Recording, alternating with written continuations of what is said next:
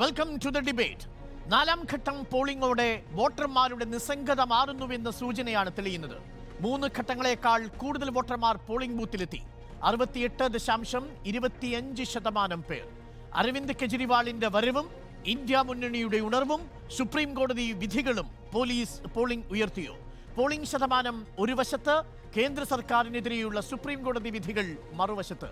മോദി സർക്കാർ ജയിലഴിക്കുള്ളിലാക്കിയ news click പത്രാധിപർ Prabir പുർക്കായസ്തയെ മോചിപ്പിച്ച supreme കോടതി വിധി, അരവിന്ദ് കെജ്രിവാളിന്റെ ഇടക്കാല ജാമ്യത്തിനു ശേഷം, ഇലക്ടറൽ ബോണ്ടിനു ശേഷം, ഗൗതം നവലാഖയുടെ വിട്ടയക്കലിനു ശേഷം മറ്റൊരു തിരിച്ചടിയാണ് കേന്ദ്ര സർക്കാരിന് നൽകിയിരിക്കുന്നത്. അതിനിടെയാണ് രാജ്യത്ത് 14 പേർക്ക് പൗരത്വം നൽകി CAA നടപ്പാക്കി കേന്ദ്ര സർക്കാരിന്റെ ചടുല നീക്കം. കെജ്രിവാളിന്റെ വരവോടെ പ്രതിരോധത്തിലായോ NDA മുന്നണി? തിരിച്ചടിയാവുന്ന കോടതി വിധികളും നിസ്സംഗതയിലാണ്ട് ഒടുവിലുണർന്ന വോട്ടർമാരും രാഷ്ട്രീയ ദിശ മാറ്റുന്നു. ചോദ്യം ഇതാണ്, കാറ്റ് മാറി വീശുന്നു.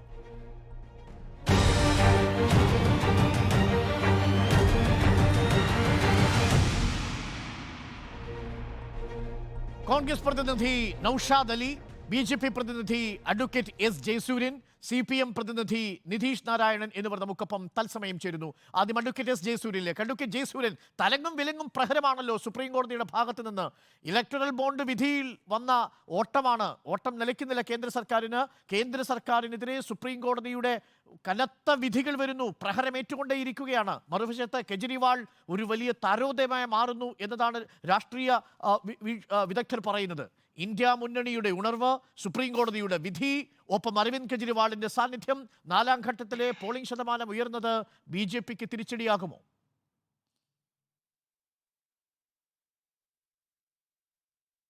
ഇതൊന്നും തന്നെ BJPയെ അതിൻ്റെ വിജയസാധ്യതയെ ബാധിക്കുന്ന കാര്യങ്ങളെയല്ല. അരവിന്ദ് കെജ്രിവാൾ വരട്ടെ. അരവിന്ദ് കെജ്രിവാൾ അകത്തായിരുന്നുവെങ്കിൽ പിന്നീട് പറയാമായിരുന്നല്ലോ, കേജ്രിവാളിനെ തുറന്നു വിട്ടിരുന്നെങ്കിൽ ഇതായിരിക്കില്ല ചിത്രം എന്ന്. ഇപ്പൊ കേജ്രിവാൾ പുറത്തുണ്ടല്ലോ, കേജ്രിവാൾ പ്രവർത്തിക്കട്ടെ. എന്താ അദ്ദേഹം UPയിലൊക്കെ പോകാത്തത് എന്നുള്ളതും നമുക്ക് അന്വേഷിക്കാം. അപ്പോൾ കേജ്രിവാൾ പുറത്തു നിന്നാലും എത്ര പ്രവർത്തിച്ചാലും ഈ പറഞ്ഞ ഏതെല്ലാം അതെ, അദ്ദേഹം UPയിലേക്കുള്ള പോക്ക് മാറ്റി വെച്ചിരുന്നു. പോകണം, തീർച്ചയായിട്ടും പോകണം. അപ്പോൾ അങ്ങനെ കേജ്രിവാൾ രാജ്യം മുഴുവൻ സഞ്ചരിക്കട്ടെ, നേതൃത്വം കൊടുക്കട്ടെ, ഇന്ത്യ മുന്നണിക്ക് നേതൃത്വം കൊടുക്കട്ടെ. എങ്കിലും BJPയുടെ വിജയസാധ്യതയെയും BJPയുടെ സീറ്റുകളുടെ എണ്ണത്തെയും അത് യാതൊരു തരത്തിലും ബാധിക്കുകയില്ല.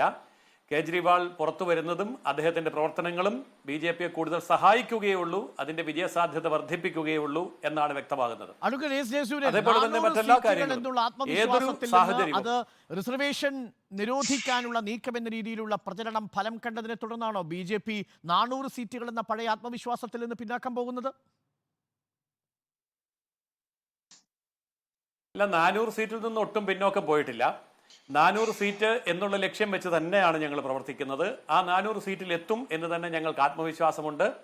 അതിൽ പിന്നോക്കം പോവേണ്ട യാതൊരു രാഷ്ട്രീയ സാഹചര്യവും ഇന്നിപ്പോൾ ഇന്ത്യയിൽ ഉണ്ടായിട്ടില്ല. കാരണം മറുവശത്ത് അതിനനുസരിച്ചുള്ള യാതൊരു മുന്നേറ്റവും തന്ത്രങ്ങൾ പ്രയോഗിക്കുന്നു നരേന്ദ്രമോദി. ഏപ്രിൽ 19 ശേഷം നരേന്ദ്രമോദി മുസ്ലിം സമുദായങ്ങൾക്കെതിരെ പ്രചരണം നടത്തി എന്നുള്ളതായിരുന്നു കോൺഗ്രസിന്റെ ആക്ഷേപം. അതിനിപ്പോൾ നരേന്ദ്രമോദി പറഞ്ഞിരിക്കുന്നത് കൂടുതൽ പ്രസവിക്കുന്ന സ്ത്രീകളുണ്ട് എന്ന് പറഞ്ഞത്, കൂടുതൽ പെറ്റുകൂട്ടുന്നവരുണ്ട് എന്ന് പറഞ്ഞത് മുസ്ലിങ്ങളെയാണെന്ന് ഞാൻ ഉദ്ദേശിച്ചിട്ടേ ഇല്ല എന്നാണ്. അങ്ങനെയാണെങ്കിൽ ആരെയായിരിക്കും അഡ്വക്കേറ്റ് S ജയസൂര്യൻ പ്രധാനമന്ത്രി ഉദ്ദേശിച്ചിട്ടുണ്ടാവുക?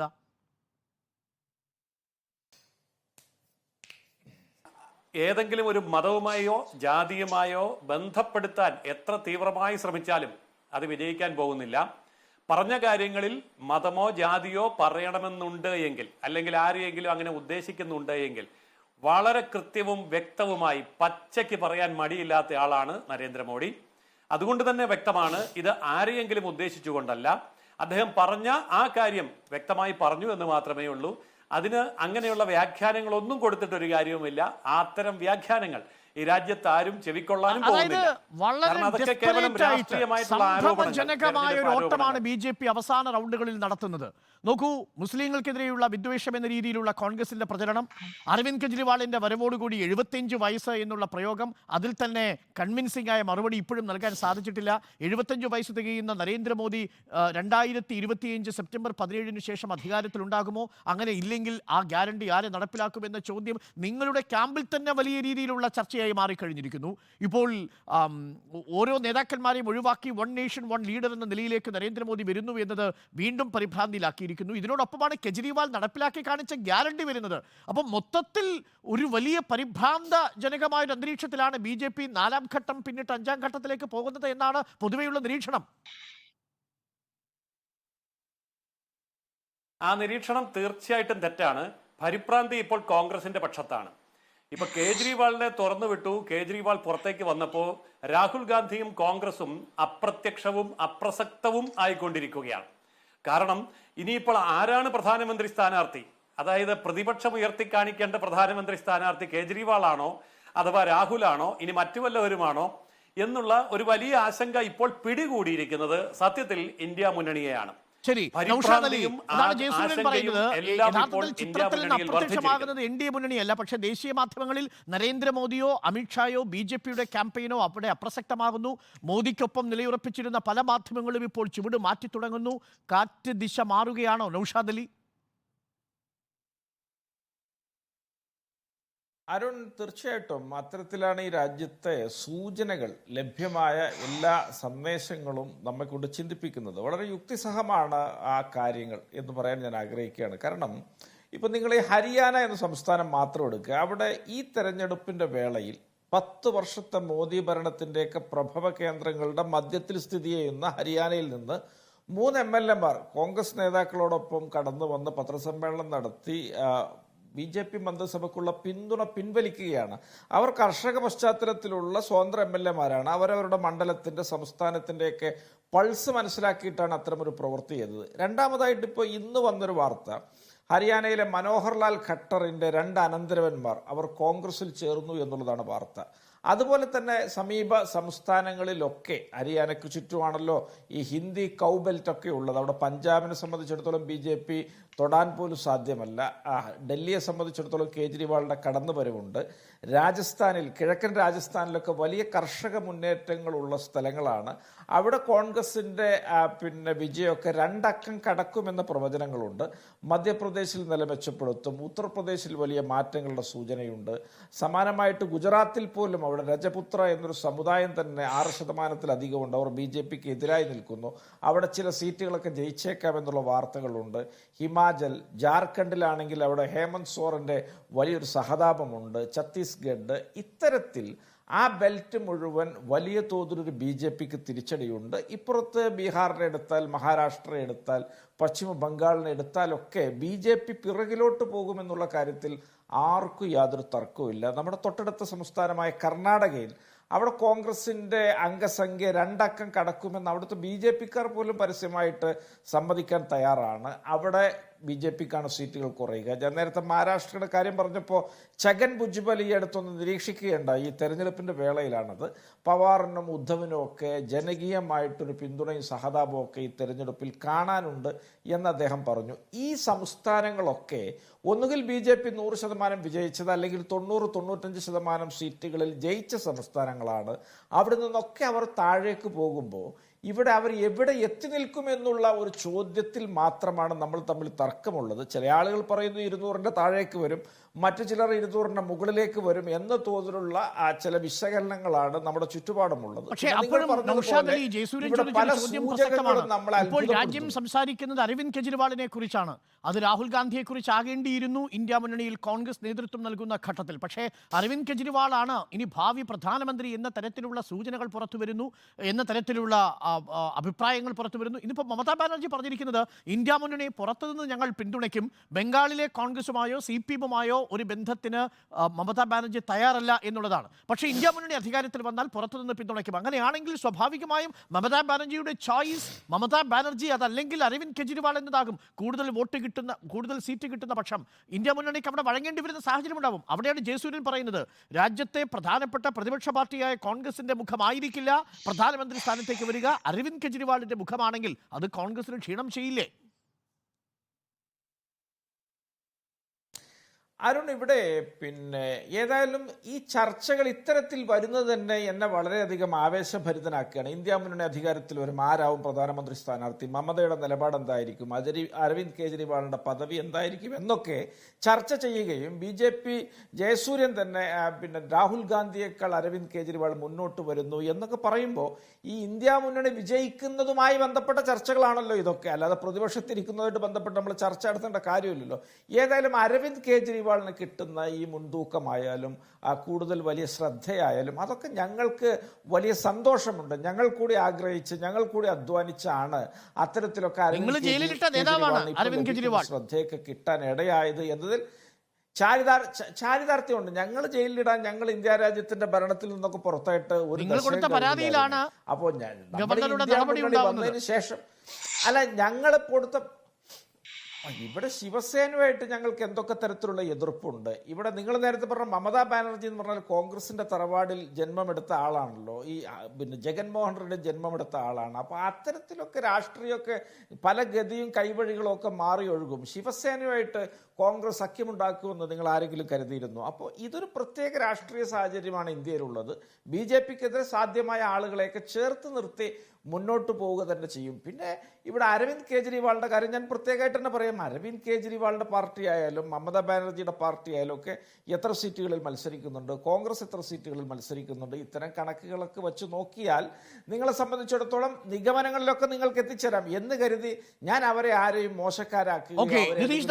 വളരെ പ്രസക്തമായ ഒരു കാര്യമാണ് നൗഷാദ് അലി പറഞ്ഞത്. നമ്മളിപ്പോൾ സംസാരിച്ചുകൊണ്ടിരിക്കുന്നത് ഇന്ത്യ മുന്നണിയുടെ പ്രധാനമന്ത്രി മുഖം ആരായിരിക്കും എന്ന തരത്തിലുള്ള ചർച്ചയിലേക്ക് ഒരു BJP പ്രതിനിധി എത്തുന്നു എന്നുള്ളത് ഈ കഴിഞ്ഞ 4 ഘട്ടങ്ങളിലും നമ്മൾ കാണാത്തൊരു സവിശേഷതയാണ്. അബ് കി ബാർ 400 പാർ എന്ന മുദ്രാവാക്യത്തിൽ നിന്ന് ഇന്ത്യ മുന്നണി അധികാരത്തിൽ വന്നാൽ രാഹുൽ ഗാന്ധി ആവില്ലല്ലോ എന്ന ചോദ്യത്തിലേക്ക് ജയസൂര്യ എത്തുന്നു.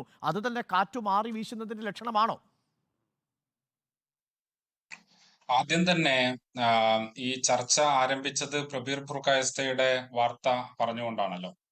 അതുകൊണ്ട് തന്നെ എനിക്ക് തോന്നുന്നു ഇന്ന് രാജ്യത്തെ മാധ്യമപ്രവർത്തകർ മാത്രമല്ല, രാജ്യത്തെ ജനാധിപത്യ വിശ്വാസികളെല്ലാം സംബന്ധിച്ചിടത്തോളം വളരെ ആവേശകരമായിട്ടുള്ള ഒരു പ്രതീക്ഷയുടെ ഒക്കെ ദിവസമാണ് ഇന്ന് മാത്രമല്ല, കഴിഞ്ഞ ദിവസമാണ് ഗൗതം നവലങ്ക ജയിലിൽ നിന്നും ദീർഘകാലത്തെ തടവിന് ശേഷം പുറത്തിറങ്ങുന്നത്. അതിനു മുമ്പ് നിരവധി പേരുകളുണ്ട്. നമ്മുടെ മുന്നിൽ ടീസ്റ്റ സെതൽവാദിന്റെ അനുഭവമുണ്ട്, അതുപോലെ ആനന്ദ് തേൽത്തുംബഡെയുടെ അനുഭവമുണ്ട്, അതുപോലെ സുധാ ഭരദ്വാജിന്റെ അനുഭവമുണ്ട്. ഇങ്ങനെ നിരവധിയായിട്ടുള്ള ഇന്ത്യയുടെ ദൈക്ഷണിക മേഖല, അക്കാദമിക് മേഖല, ജനാധിപത്യ വിശ്വാസികൾ എല്ലാം ബഹുമാനിക്കുന്ന, ആദരിക്കുന്ന നിരവധിയായിട്ടുള്ള ആളുകളെയാണ് ഗവൺമെന്റിനെതിരെ ശബ്ദമുയർത്തി എന്ന കാരണം കൊണ്ട്, മതനിരപേക്ഷതയുടെയും ജനാധിപത്യത്തിന്റെയും കൂടെ നിന്നു എന്ന കാരണം കൊണ്ട്, ജനാധിപത്യ സംവിധാനങ്ങളെ അട്ടിമറിച്ചുകൊണ്ട് തടവിലിട്ടിട്ടുള്ള കാഴ്ച നമ്മൾ കണ്ടിട്ടുള്ളത്. അതിന് നിരന്തരം ഒരു തിരിച്ചടി ലഭിക്കുന്ന ഒരു കാഴ്ച കൂടി നമ്മളിപ്പോ കണ്ടുകൊണ്ടിരിക്കുന്നുണ്ട്. എന്ന് വെച്ചാൽ ഇന്ത്യൻ ജനാധിപത്യത്തെ ഇന്ത്യയിലെ സംഘപരിവാരം വിഴുങ്ങാൻ വേണ്ടിയിട്ടാണ് ശ്രമിച്ചിരിക്കുന്നത്. ഇതിനെ നമ്മൾ കേവലം നേരത്തെ ആര് പ്രധാനമന്ത്രിയാകും, അല്ലെങ്കിൽ എത്ര സീറ്റ് ആളുകൾക്ക് ലഭിക്കും, അല്ലെങ്കിൽ അങ്ങനെയുള്ള ചില വാഗ്വാദങ്ങൾ കൊണ്ടോ വാക്കേറ്റങ്ങൾ കൊണ്ടോ ഒന്നുമല്ല ഇതിനെ വിലയിരുത്തേണ്ടതെന്നാണ് ഞാൻ മനസ്സിലാക്കുന്നത്. മറിച്ച് ആരാണ് പ്രധാനമന്ത്രി, ഏത് വ്യക്തിയാണ് എന്നുള്ളത് പോലും അല്ല ചോദ്യം. ഇന്ത്യയിൽ സംഘപരിവാരത്തിന്റെ പ്രതിപക്ഷത്ത് നിൽക്കുന്നത് ഇന്ത്യയുടെ ഭരണഘടനയാണ്. ആ ഭരണഘടന സംരക്ഷിക്കാൻ വേണ്ടിയിട്ടുള്ള എന്താണോ ഇന്ത്യയുടെ ജനാധിപത്യ സംവിധാനങ്ങൾ, അതിനെ സംരക്ഷിക്കാൻ വേണ്ടിയിട്ടുള്ള ഒരു പോരാട്ടമാണ് ഇന്ത്യയിൽ നടന്നുകൊണ്ടിരിക്കുന്നത്. അതിന്റെ ഒരു ഭാഗം മാത്രമാണ് ഇന്ത്യയിലെ തെരഞ്ഞെടുപ്പ്. ആ പോരാട്ടത്തിന്റെ ഭാഗമാണ് ഇന്ത്യയിൽ പ്രബീർ പുർക്കായസ്ഥ. ആ സമരത്തിന്റെ ഭാഗമാണ് സുധാ ഭരദ്വാജും ആനന്ദ് തേൽത്തുംബഡെയും ഗൗതം നവലങ്കയും ഉൾപ്പെടെയുള്ള ആളുകൾ. എന്ന് വെച്ച് കഴിഞ്ഞാൽ ജനാധിപത്യം തനിയെ നിലനിൽക്കുന്ന ഒരു സാധനമല്ല. ഇത് ഒരു പേപ്പറിലുണ്ട് എന്നുള്ളതുകൊണ്ട് ജനാധിപത്യം നിലനിൽക്കില്ല. ജനാധിപത്യം നിലനിൽക്കണമെങ്കിൽ ജനാധിപത്യ ബോധമുള്ള സാമൂഹിക ശരീരം ഉണ്ടാകണം. എന്ന് വെച്ചാൽ മതനിരപേക്ഷതയുടെ കൂടെ അടിയുറച്ചു നിൽക്കുന്ന, അല്ലെങ്കിൽ പുരോഗമന മൂല്യങ്ങളുടെ കൂടെ നിൽക്കുന്ന സമൂഹത്തെ കെട്ടിപ്പടുക്കാൻ വേണ്ടി ഒരു ഭാഗത്ത് നമുക്ക് സാധിക്കണം, മറുഭാഗത്ത് ജനാധിപത്യ സംവിധാനങ്ങൾ, സ്ഥാപനങ്ങളെ അതിന്റെ സ്വതന്ത്ര ശേഷിയോടുകൂടി നിലനിർത്താൻ വേണ്ടി പറ്റണം. ഇത് രണ്ടും ഇന്ത്യയിൽ അട്ടിമറിക്കപ്പെട്ടു. ജനാധിപത്യം സംരക്ഷിക്കേണ്ട സ്ഥാപനങ്ങൾ, അത് തെരഞ്ഞെടുപ്പ് കമ്മീഷനുകളാകട്ടെ, പാർലമെന്റ് ആകട്ടെ, മീഡിയ ആകട്ടെ, അല്ലെങ്കിൽ അത് അന്വേഷണ ഏജൻസികളാകട്ടെ, ഇങ്ങനെയുള്ള എല്ലാ ജനാധിപത്യ സ്ഥാപനങ്ങളും പിന്നെ അട്ടിമറിക്കപ്പെടുന്ന, അകത്തു നിന്നും പിടിച്ചെടുക്കപ്പെടുന്ന, അതിനെ തങ്ങളുടെ ഇംഗിതത്തിന് വേണ്ടി ഉപയോഗിക്കുന്ന ഒരു കാഴ്ച നമ്മൾ കണ്ടു കഴിഞ്ഞു. ഇതിനാണ് ഇന്ത്യയിൽ തിരിച്ചടി ഇപ്പൊ ലഭിച്ചുകൊണ്ടിരിക്കുന്നത്. നിതീഷ്, ആ വളരെ പ്രസക്തമായ ഒരു തിരിച്ചടിയുടെ നിരീക്ഷണമാണ്. തുടർച്ചയിൽ അതായത് ഈ ഏജൻസികളിൽ എക്സിക്യൂട്ടീവ് ഏജൻസികൾ ഇപ്പോഴും സർക്കാരിനോടൊപ്പം നിലയുറപ്പിക്കുമ്പോൾ ജുഡീഷ്യറിയിൽ നിന്ന് മാറുന്ന ഒരു കാറ്റുണ്ടാവുന്നു. ഇലക്ട്രൽ ബോണ്ട് വിഷയത്തിൽ നമ്മൾ കണ്ടതാണ്. ഈ സാമൂഹിക മാധ്യമങ്ങളെ നിയന്ത്രിക്കാനും ഓഡിറ്റ് ചെയ്യാനുമായിട്ട് PRDക്ക് അമിതാധികാരം നൽകുന്ന ചട്ടങ്ങൾക്കെതിരെ സുപ്രീം കോടതി നിലപാടെടുത്തത് നമ്മൾ കണ്ടതാണ്. അതിനുശേഷം പ്രബീർ പുർക്കായസ്ഥ, ഗൗതം നവൽഖ തുടങ്ങിയവർ, ആനന്ദ് തെമ്രുടെ പോലെയുള്ളവർ. അപ്പോൾ ഈ മോചനങ്ങൾ ഉണ്ടാവുന്നതും അനധികൃതമായി പിടിച്ചു എന്ന് കോടതിക്ക് ബോധ്യം വരുന്നു. ഒടുവിൽ അരവിന്ദ് കെജ്രിവാളിന് ഇടക്കാല ജാമ്യമെന്ന അസാധാരണമായ സുപ്രീം കോടതി അധികാരം പ്രയോഗിച്ചുകൊണ്ടുള്ള നീക്കം നടക്കുന്നു. അപ്പോൾ എക്സിക്യൂട്ടീവിൽ ഉള്ള ഏജൻസികൾ മാത്രമാണ് ഇന്നിപ്പോൾ പ്രധാനമന്ത്രിക്കൊപ്പം നിലയുറപ്പിച്ചിരിക്കുന്നത്, ഈ ഭരണകൂടത്തിനൊപ്പമുള്ളത്. ബാക്കി ഏജൻസികളെല്ലാം മാറുന്നുവെന്ന സൂചന. മാധ്യമങ്ങളുടെയും റിപ്പോർട്ടിങ്ങിൽ ഒരു മാറ്റം വരുന്നു. ഇപ്പോൾ ധ്രുവരാധിയെ പോലെയുള്ള സമാന്തര മാധ്യമങ്ങൾ, സാമൂഹ്യ മാധ്യമങ്ങൾ വലിയ രീതിയിൽ ഇന്ത്യ അടക്കം ചർച്ചയാവുന്നു. നരേന്ദ്രമോദിയെ തുറന്നു കാട്ടുന്ന തരത്തിലുള്ള വീഡിയോകൾ വലിയ രീതിയിൽ ഷെയർ ചെയ്യപ്പെടുന്നു. ആ രീതിയിൽ എക്സിക്യൂട്ടീവിനും അപ്പുറത്തേക്ക് ഫോർത്ത് സ്റ്റേറ്റ്സിന്റെ മാധ്യമങ്ങളും ഒപ്പം ജുഡീഷ്യൽ സംവിധാനങ്ങളും ഈ ഭരണകൂടത്തിനെതിരെ ശക്തമായ പ്രതിരോധമായി മാറിക്കഴിയുന്നു 4 ഘട്ടം കഴിയുമ്പോൾ എന്ന് തോന്നുന്നുണ്ടോ നിതീഷ്? തീർച്ചയായിട്ടും അവിടെയാണ് ജനാധിപത്യം തിരിച്ചു വരും, അല്ലെങ്കിൽ ജനാധിപത്യം മരണത്തിന്റെ മുനമ്പിൽ നിന്നും ജീവിതത്തിലേക്ക് തിരിച്ചു വരുമെന്നുള്ള ഒരു പ്രതീക്ഷ ഉണ്ടാകുന്നത്. അത് ഗവൺമെന്റ് സ്ഥാപനങ്ങൾ അതിന്റെ കരുത്തോടെ നിൽക്കുമ്പോഴല്ല, മറിച്ച് അതിന് പുറത്തുള്ള മാധ്യമങ്ങളാകട്ടെ, അല്ലെങ്കിൽ സ്വതന്ത്ര സ്ഥാപനങ്ങളാകട്ടെ, അല്ലെങ്കിൽ സർവകലാശാലകളാകട്ടെ, അല്ലെങ്കിൽ സ്വതന്ത്ര ബുദ്ധിജീവികളാവട്ടെ, എഴുത്തുകാരാകട്ടെ, ഇങ്ങനെ ഒരു സമൂഹത്തെ ശക്തിപ്പെടുത്താൻ വേണ്ടി പറ്റുമ്പോഴാണ് ജനാധിപത്യത്തിന്റെ വേര് ശക്തമായിട്ട് നിൽക്കും എന്നുള്ള തോന്നൽ ഉണ്ടാവുക. അതിന് ഇന്ത്യയിലെ ജുഡീഷ്യറിയിൽ നിന്നും പ്രതീക്ഷാ നിർഭരമായിട്ടുള്ള ചില വാർത്തകൾ തുടർച്ചയായിട്ട് വന്നുകൊണ്ടിരിക്കുന്നു എന്നുള്ളതും നമ്മൾ കാണേണ്ടതായിട്ടുണ്ട്. നമുക്കറിയാം, ഇന്ത്യയിൽ ഈ സ്ഥാപനങ്ങൾ മുഴുവൻ നേരത്തെ ഇപ്പൊ തന്നെ സൂചിപ്പിച്ച് ഈ ഇലക്ട്രൽ ബോണ്ടിന്റെ വിഷയം പറഞ്ഞു കഴിഞ്ഞല്ലോ പ്രിയപ്പെട്ട അരുൺ.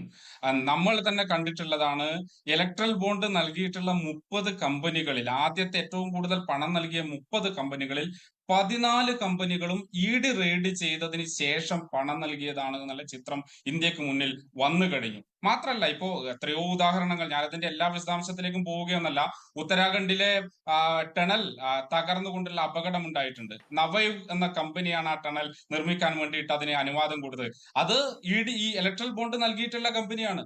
അതുപോലെ അഹമ്മദാബാദിലെ മേൽപ്പാലം തകർന്നു വീണത്, ആ കമ്പനി ഇലക്ട്രൽ ബോണ്ട് നൽകിയിട്ടുള്ള കമ്പനിയാണ്. മാത്രല്ല, ഇന്ത്യയുടെ മെഡിക്കൽ മേഖലയിൽ നിന്ന് ഇലക്ട്രൽ ബോണ്ട് നൽകിയിട്ടുള്ള കമ്പനികളെ പലതും എടുത്ത് പരിശോധിച്ചാൽ ഇതുപോലെ തന്നെ നിലവാരം കുറഞ്ഞ അല്ലെങ്കിൽ അപകടകരമായിട്ടുള്ള മരുന്ന് നിർമ്മാണത്തിൽ കേസുകളുള്ള കമ്പനികൾ പോലുമായിരുന്നു. ഞാൻ പറയുന്നത് എങ്ങനെയാണെന്ന് വെച്ച് കഴിഞ്ഞാൽ, ജനാധിപത്യ സംവിധാനങ്ങളെ അകത്തു നിന്നും പിടിച്ചെടുത്ത് തങ്ങളുടെ ഇംഗിതത്തിന് വേണ്ടി, കോർപ്പറേറ്റ് കൊള്ളക്ക് വേണ്ടി ഉപയോഗിക്കുക, അതുപോലെ ജനാധിപത്യത്തെ തകർക്കാൻ വേണ്ടി ഉപയോഗിക്കുക.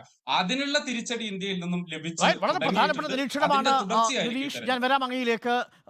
ജയസൂര്യൻ, നോക്കൂ, ജനാധിപത്യത്തിന് അനുഗുണമായിരുന്നൊരു സാമൂഹിക ശരീരത്തെ പൂർണ്ണമായിട്ടും ഇല്ലാതാക്കിയ BJPക്ക് തിരിച്ചടി വന്നുകൊണ്ടിരിക്കുന്നു.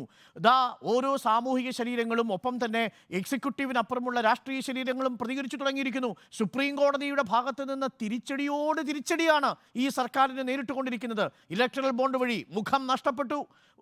EDയും UAPയും ചുമത്തി ജയിലിലാക്കിയിരുന്നവർ ഓരോരുത്തരായി പുറത്തു വരുന്ന സാഹചര്യം ഉണ്ടാവുന്നു. CBIയും EDയും ഒക്കെ ചോദ്യം ചെയ്ത് അകത്തിട്ടിരുന്ന ആളുകൾ പുറത്തു വരില്ലെന്ന് കരുതിയെങ്കിൽ അതിന് തടസ്സമാകുന്നു. സാമൂഹിക മാധ്യമങ്ങളെ നിയന്ത്രിക്കാനുള്ള നീക്കത്തിന് സുപ്രീം കോടതി തടസ്സമാകുന്നു. അപ്പോൾ കാറ്റ് മാറി വീശുകയാണ്. ധ്രുവനിധിയെ പോലെയുള്ള സാമൂഹ്യ മാധ്യമങ്ങളിലൂടെയുള്ള പ്രചരണം വളരെ ശക്തമായി ഇന്ത്യ ഏറ്റെടുത്തിരിക്കുന്നു. നോക്കൂ ജയസൂര്യ, ഇതിപ്പോൾ ജയറാം രമേശ് പറയുന്നത് പോലെ നമ്മുടെ പ്രധാനമന്ത്രി ഒരു നുണയനാണെന്ന് വീണ്ടും വീണ്ടും സ്ഥാപിക്കപ്പെടുന്നു എന്ന തരത്തിലേക്കാണോ കാര്യങ്ങൾ പോകുന്നത്? അത് ഇന്ത്യ ഏറ്റെടുക്കുകയാണോ?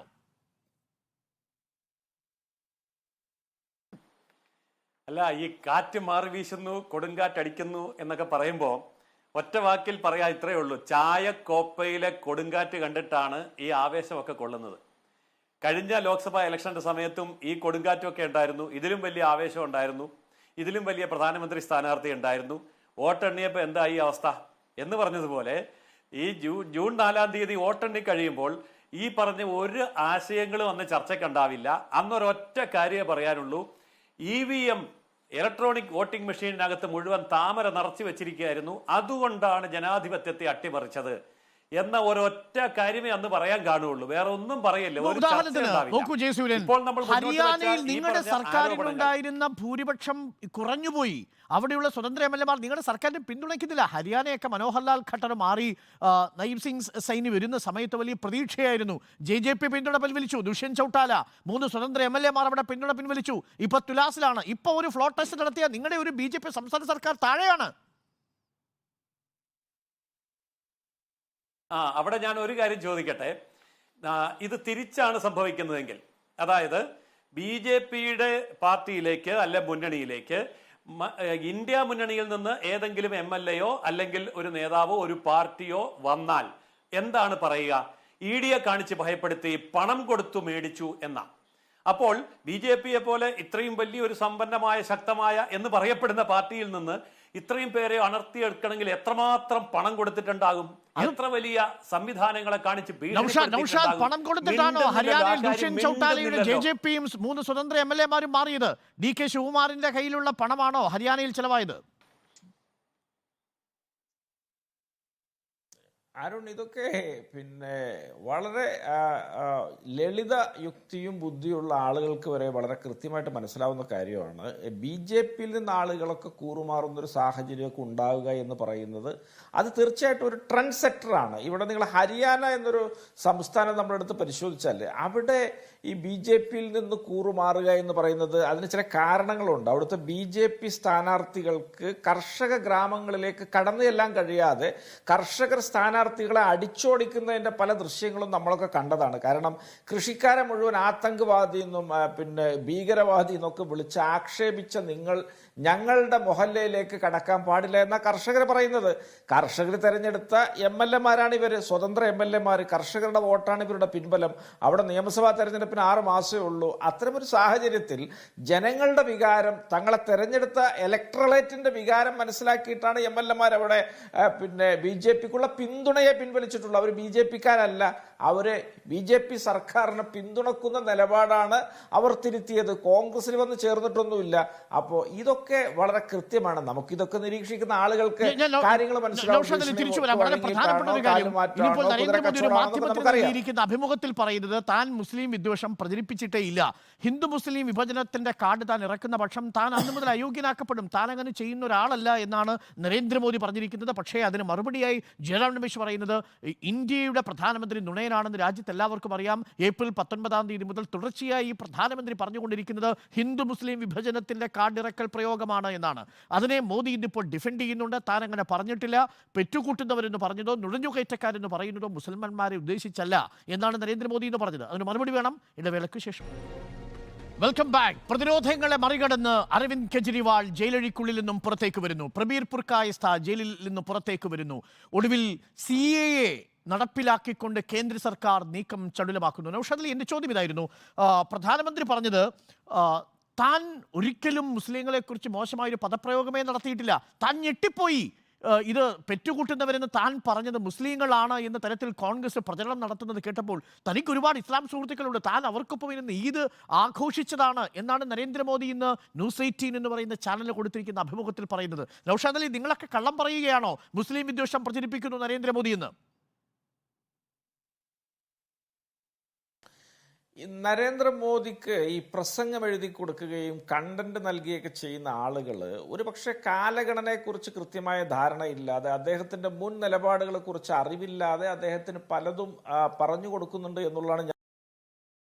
ഒരിക്കൽ നരേന്ദ്രമോദി പറയുകയുണ്ടായി, ഞാൻ 35-ാമത്തെ വയസ്സ് വരെ ഭിക്ഷ യാചിച്ചിട്ടാണ് ജീവിച്ചു പോകുന്നത് എന്ന്.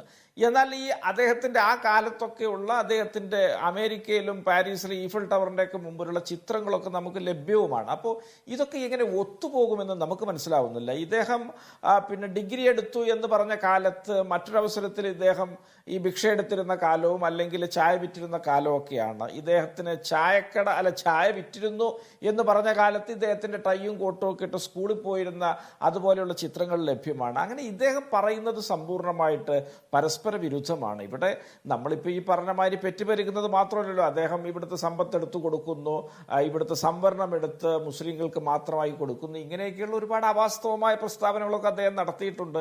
അത് മുഴുവനുള്ള തിരുത്താണോ അല്ലെങ്കിൽ ഈ പെറ്റുപെരുകുന്നതിന് മാത്രമുള്ള തിരുത്താണോ എന്നൊന്നും നമുക്കറിയില്ല. ഇദ്ദേഹം ഓരോ അവസരത്തിൽ അതത് സമയത്തോ ഓളത്തിനനുസരിച്ച് ഓരോന്ന് പറയുന്നു, പിന്നീട് പറയുമ്പോൾ ആദ്യം പറഞ്ഞത് ഓർമ്മയില്ലാതാവുമ്പോൾ ആളുകൾ ഈ പരസ്പര വിരുദ്ധതയൊക്കെ എടുത്ത് പുറത്തിടുന്നു. അതുകൊണ്ടാണ് ജയറാം രമേശ് പറഞ്ഞത് നമ്മുടെ പ്രധാനമന്ത്രി കള്ളം പറയുന്ന ആളാണ് എന്ന് ജനങ്ങൾക്ക് മനസ്സിലായി കഴിഞ്ഞിരിക്കുന്നു എന്നുള്ളത്. മൊത്തത്തിൽ കോൺട്രവേഴ്സിയാണ് അദ്ദേഹത്തിന്റെ വാക്കുകളായാലും പ്രവൃത്തികളായാലും ഒക്കെ. അദ്ദേഹത്തോട് സഹതാപം നേരാനല്ലാതെ മറ്റൊന്നിനും നമുക്ക് നിർവാഹമില്ല എന്ന് ഞാൻ അറിയിക്കുകയാണ്. പിന്നൊരു കാര്യം എന്ന് പറഞ്ഞാൽ BJP 2019 തെരഞ്ഞെടുപ്പിലും 2014 തെരഞ്ഞെടുപ്പിലൊക്കെ എല്ലാ തരത്തിലും ഉടനീളം അവർക്ക് അനുകൂലമായ ഘടകങ്ങളും ട്രെൻഡുകളും ഒക്കെ മാറി മറിഞ്ഞുകൊണ്ട് സജീവമായിട്ട് നമ്മുടെ ഇടയിൽ ഉണ്ടായിരുന്നു. എന്നാൽ ഈ തെരഞ്ഞെടുപ്പ് തുടങ്ങിയതിന് ശേഷം തൊട്ടതൊക്കെ അവർക്ക് പിഴക്കുകയാണ്. നരേന്ദ്രമോദി പറഞ്ഞ നരേറ്റീവുകളിൽ ഏതെങ്കിലും ഒന്ന് ഈ രാജ്യത്ത് ചർച്ചയായിട്ടുണ്ടോ എന്ന് ഇതിപ്പോൾ നമ്മുടെ പ്രധാനമന്ത്രി കള്ളം പറയുന്നയാളാണെന്ന് രാജ്യത്തിനാകെ ബോധ്യമായിരിക്കുന്നു എന്നാണ് ജയറാം രമേശ് പറയുന്നത്. അതിനൊരു കാരണമുള്ളത് ഇന്നിപ്പോൾ ഈ അഭിമുഖത്തിൽ തന്നെ പറയുന്നത്, ഞാൻ ഞെട്ടിപ്പോയി, കൂടുതൽ കുട്ടികളുള്ളവരെ കുറിച്ച് സംസാരിക്കുമ്പോഴെല്ലാം അവർ മുസ്ലിങ്ങളാണെന്ന് അനുമാനിക്കുന്നത് എന്തുകൊണ്ടാണ്? പാവപ്പെട്ട ഹിന്ദു കുടുംബങ്ങളിൽ പോലും ഈ പ്രശ്നമുണ്ട്.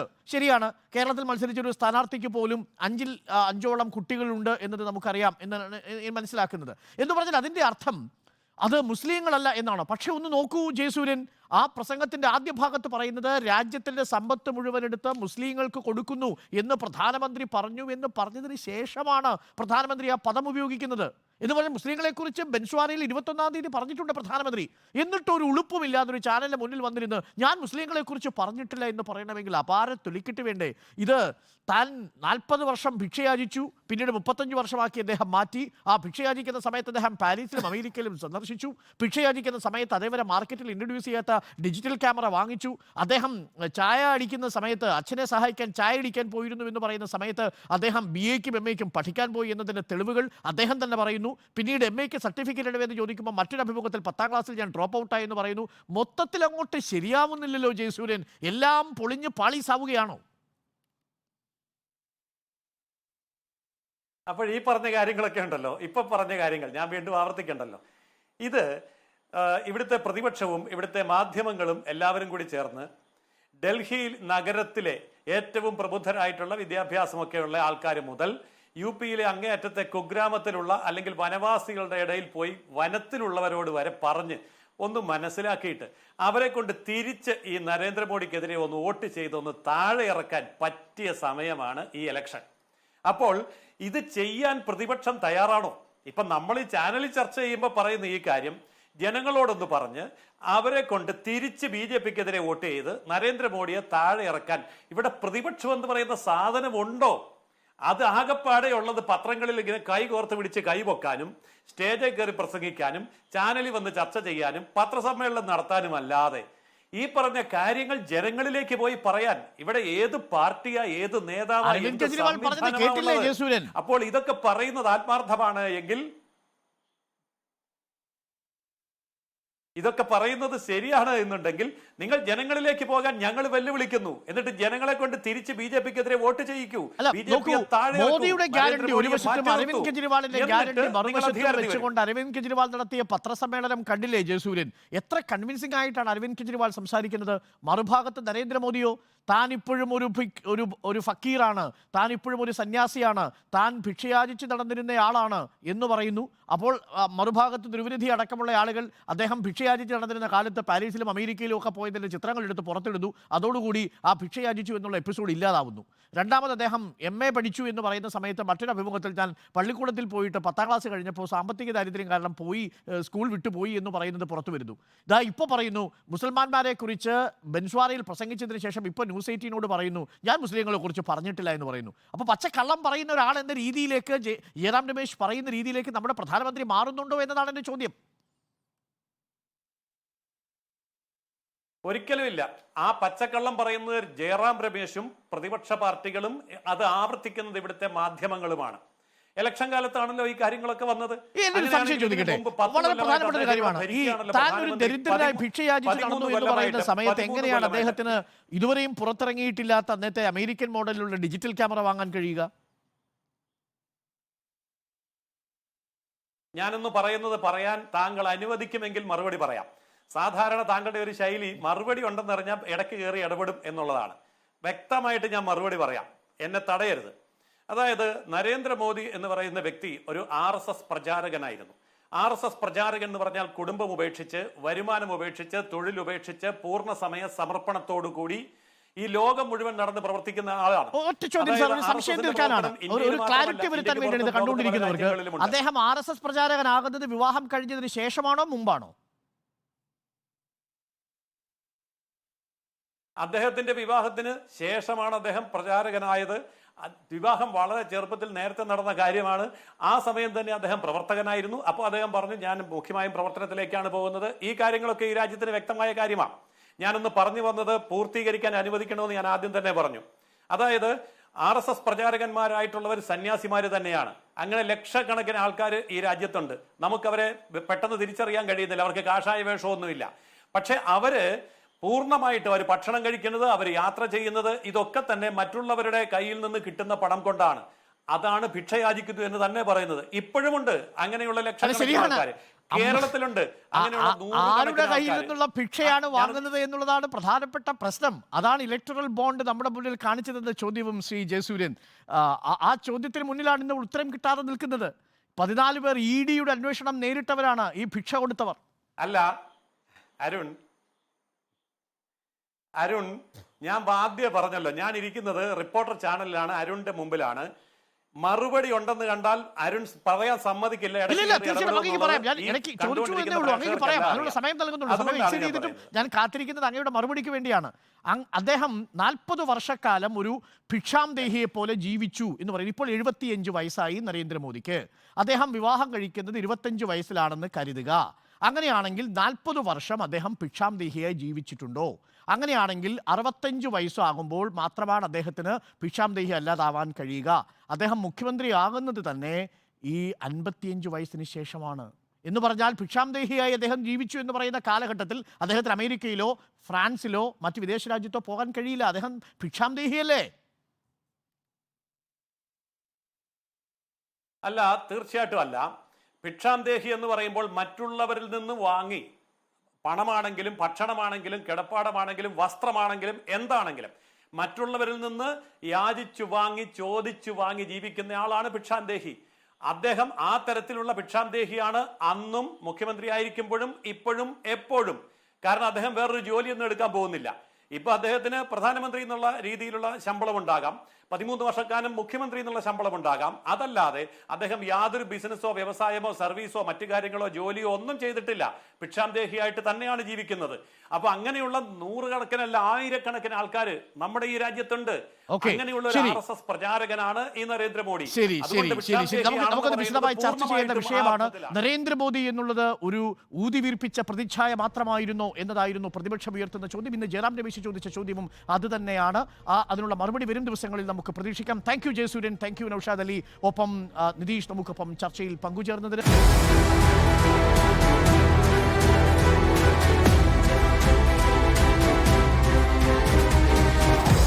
Debate with Arun Kumar.